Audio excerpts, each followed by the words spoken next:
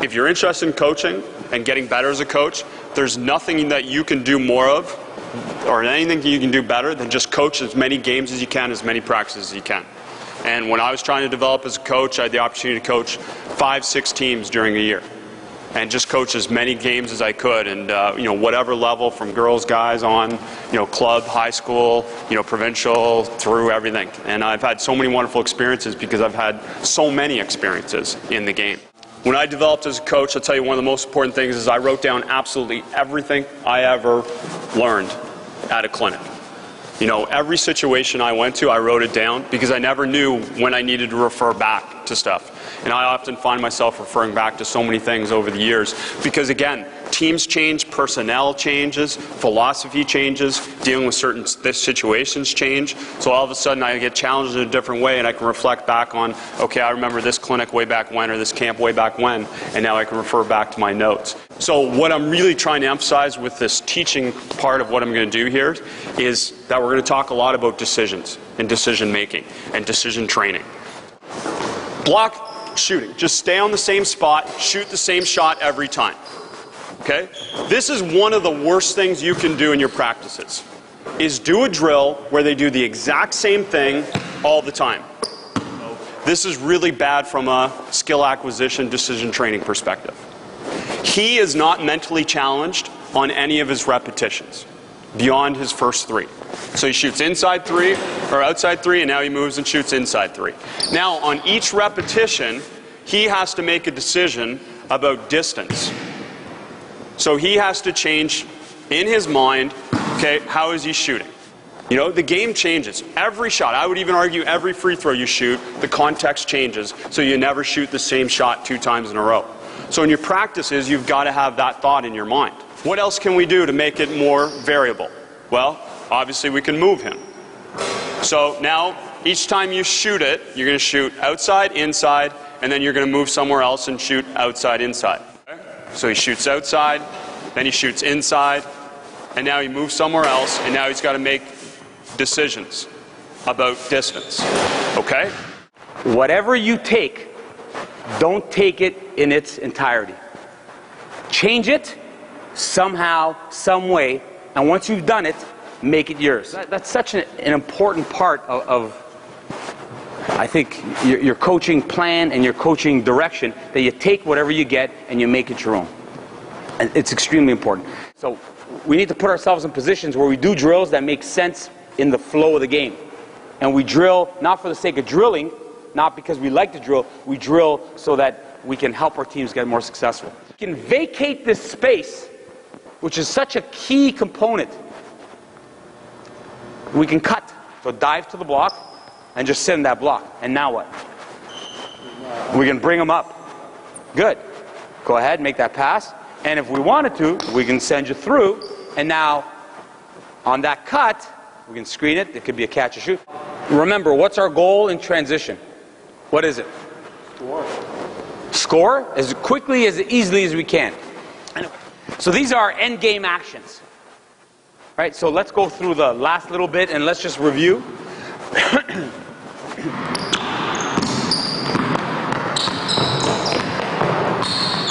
Good. So and now we'd enter low, we'd enter high, high, low, and as you can see, so much of this action gets you to some high-low action. We know Mike has got safety because the one man's got safety. Nothing's changed. One man's sprinting back, trying to get safety. But right now, who's stopping the ball? Let's say Brad blocked your shot, got a rebound. 3 stops the ball.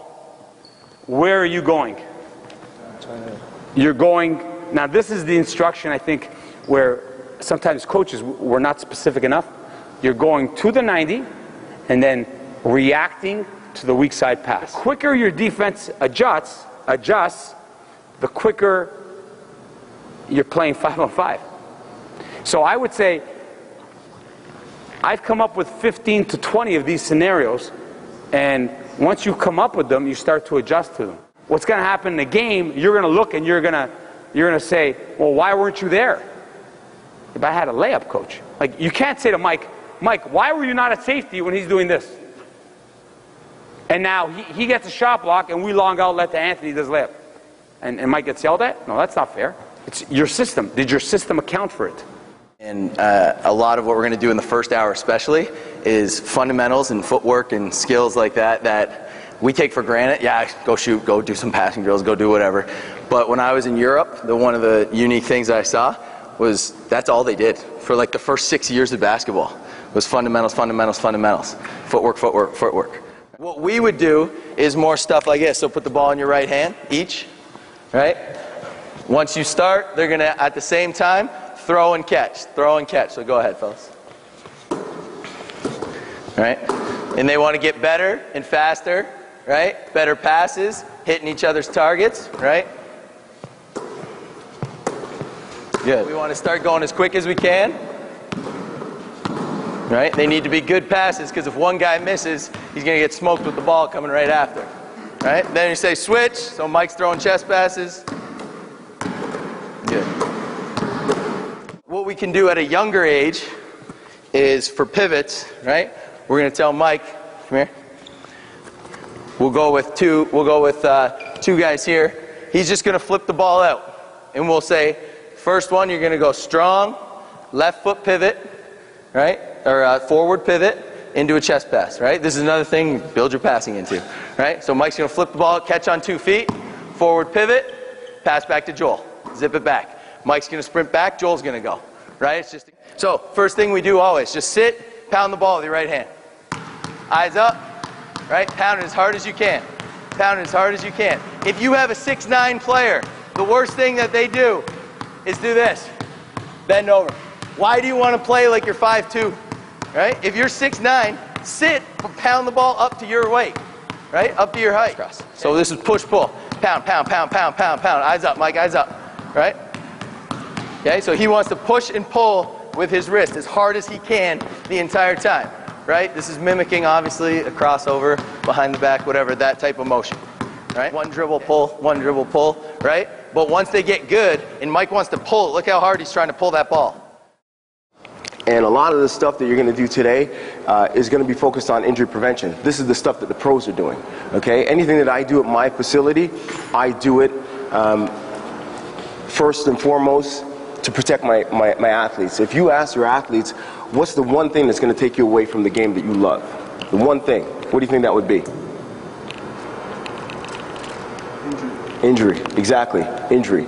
All right, so as much as you love the game or your athletes love the game, the one thing that's going to take them out of the game is injuries. All right, so you want to try as much as possible to take those risks or lower those factors of them getting hurt. So that's what I'm here to show you today is performance improvement via injury prevention. We're going to start in a universal stance, so our feet are going to be nice and wide apart. Okay, and we're going to go into an inchworm. And raise our body up. So we're going to go down here, we're going to walk out to here and push, okay? Our legs are going to stay straight. We'll come back up, all right? And push up, nice and tall, and get our body prepared for movement. One of the things that we all do wrong, or one of the things that our athletes do, and I see my athletes do it when they come in, and I cringe, okay, is this. I see them do this, okay? That is so bad for your knee. You're actually ripping at your knee when you do this, okay? So the proper way to do that stretch, okay, is you're going to grab your foot. All right, Tristan, you can do this too. You're going to grab your foot just above your ankle. You're going to press forward this way, okay? You're going to stay nice and straight. You're going to press forward this way, okay? Press. Really bring that leg close to your thigh, to your hamstring here, press. And then you're going to use your hip and move your leg back. This way you're going to stretch the muscle. When you do this, you're stretching the muscle and you're more ripping at your knee. Okay, so as soon as I see somebody put their hand on their foot, I know they're doing that wrong. So you want to do this, press forward, here, use your hip, move your leg back, keep everything nice and straight and stable. The next thing that we want to do, okay, is right from here we're going to do 10 ground pushes. Okay, so all we're going to do from here is we're going to go down here, and you're going to, if you can touch the ground, that's great. If you can't, just try to push as much as you can. All right, we're turning some muscles on here. So 2, 3, 4, 5, and come up nice and easy. We're going to do that 10 times, okay? You're going to push.